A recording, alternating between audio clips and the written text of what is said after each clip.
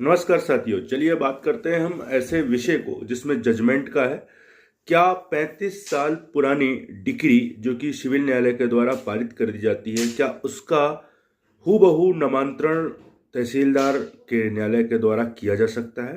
तो जी हाँ, इस का एक जजमेंट है इसमें, जिसमें बताया है कि डिक्री चाहे कितनी भी पुरानी क्यों ना हो, उसका पालन तहसीलदार महोदय को करना होगा और पालन करके जो पक्षकार है उसे लाभ देना होगा जिसके पक्ष में डिक्री है।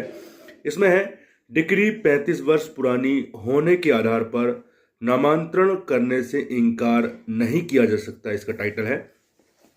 धारा 109 110 मध्य प्रदेश भू राजस्व संहिता के तहत आवेदक ने अपनी भूमि के डिक्री के आधार पर उसे 35 वर्ष पश्चात धारा 109 110 के तहत तहसीलदार महोदय के समक्ष आवेदन प्रस्तुत किया, जिस पर तहसीलदार ने यह कहते हुए कि यह डिक्री जो है 35 वर्ष पुरानी है, ऐसी स्थिति में इसे नहीं स्वीकार किया जा सकता और उसे खारिज कर देता है। तब आवेदक उसे एसडीओ महोदय के समक्ष उसकी अपील करता है। वहां भी उसकी अपील खारिज कर दी जाती है इसी आधार पर कि यह डिक्री 35 वर्ष पुरानी है।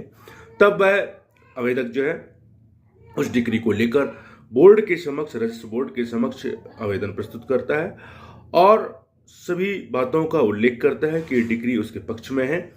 तब राजस्व मंडल के द्वारा उसके दस्तावेजों का अवलोकन किया जाता है और देखा जाता है कि डिक्री सिविल न्यायालय के द्वारा पारित की गई है।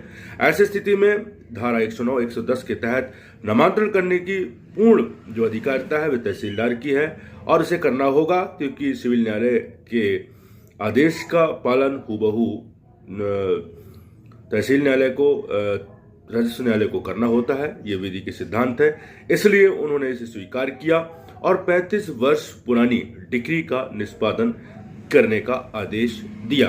यह जो साइटेशन है, रिपुसूदन एवं अन्य वर्सेस छत्तीसगढ़ शासन 2021 सब क्लॉज 2 छत्तीसगढ़ राजस्व जजमेंट 113 छत्तीसगढ़ राजस्व मंडल। तो इस तरीके से एक बार फिर मैं साइटेशन बता देता हूं।